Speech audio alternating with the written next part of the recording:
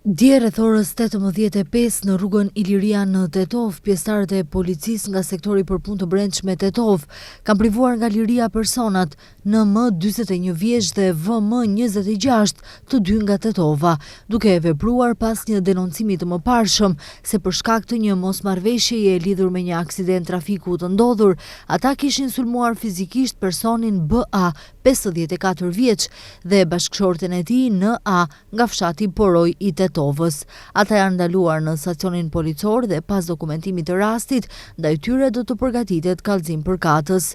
Dje rreth orës 16:30 në SPB Tetov, një 47 vjeçare nga Tetova ka denoncuar se në shtëpinë e saj, ish bashkëshorti i saj, 51 vjeçar, e kishte sulmuar fizikisht dhe e kishte kërcënuar me një mjet të mprehtë, po merren masa për zbardhjen dhe dokumentimin e rastit. Mbrëm rreth orës 19:30 në rrugën Iliria në Tetov, punonjësit policor nga sektori për punë të brendshme Tetov kanë arrestuar 41 vjeçaren GSH nga fshati Bojan e Shkupit, sepse ajo ishte sjellë në mënyrë agresive ndaj punonjësve të policisë që po kryenin detyrën zyrtare. Ajo është ndaluar në stacionin policor dhe pas dokumentimit të rastit, ndaj saj do të vijojë kallëzim përkatës. Dje në periudhën nga ora 13:15 deri në orën 14:15 mbi fshatin Duf të Gostivarit, afër vendit të quajtur Morava, punonjës policie nga stacioni policor në Gostivar kanë kryer hetimin e një stalle të djegur pron e OG 62 vjeç nga fshati Duf, e denoncuar një ditë më parë. Në zjarr nuk pati persona të lënduar, ai është shuar vet pasi stalla është djegur plotësisht. Me këtë rast ishte dëmtuar edhe automjeti i tij i pasagjerëve Grand Cherokee me targa të Gostivarit. Mbrëm rreth orës 21:30 në fshatin Çegran të Gostivarit, punonjësit policor nga departamenti policor Çegran kanë privuar nga liria personin BN 43 vjeç nga fshati Çegran, duke e vepruar pas një denoncimi të mëparshëm në të njëjtën ditë se ai i dërgonte mesazhe me përmbajtje kërcënuese personit AA 41 vjeç nga fshati Gradeci Gostivarit. Ai është ndaluar në stacionin policor dhe pas ndërmarrjes së masave është konstatuar se kishte ditë të lira dhe ishte liruar nga institucioni ndëshkimor përmirësues burgu i Idrizovës, ku po vuante dënimin me burg.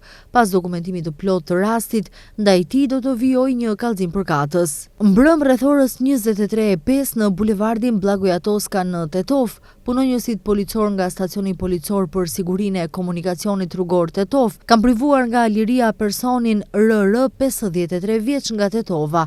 Gjatë një kontrolli të trafikut, punonjësit e policisë ndaluan një automjet pasagjerësh Nissan me targa të Tetovës dhe gjatë marrjes së masave është konstatuar se ai ishte në ndikimin e alkoolit. Gjëgjësisht i janë matur 2.15 promil alkool në gjak.